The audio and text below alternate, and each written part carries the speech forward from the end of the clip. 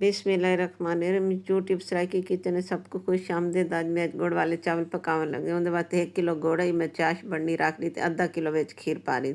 इनू 1 किलो ही चावल आन पे ये मैं उबलने वास्ते रख दिते।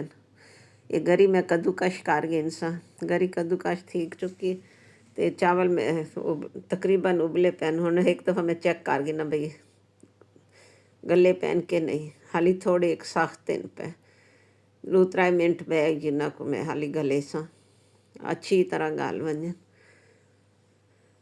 क्योंकि मिठे च वञ के चावल सख्त ही थींदा है।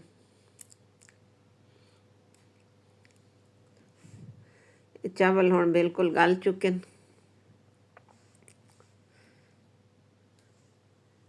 इनको मैं छानने पा के छान गई सते उत्ते ठंडा पानी वहा दे सा लेस निकलन तक पानी उत्ते वहा भाई पौंदा रहे ठंडा पानी। एक पा कलू थोड़े ज़्यादा ऑयल पा दिता तड़के वास्ते।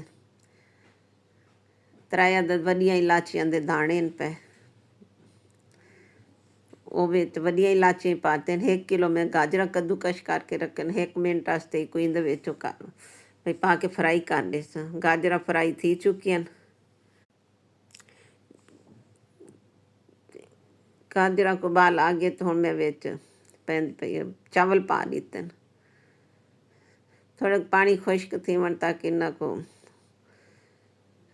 पकसन चावल उत्ते मैं हुण दम ते आए खड़े न। हुण मैं इन्ना दम दे दिता हल्की वड़ दिते। हुण दोबारा उत्ते मैं कद्दूकश की गरी पा दी। 10 मिनट दम आए,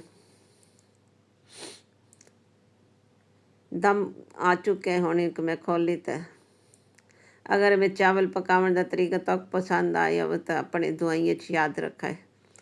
मैं फॉलो तो लाइक कराए। अल्लाह हाफिज़।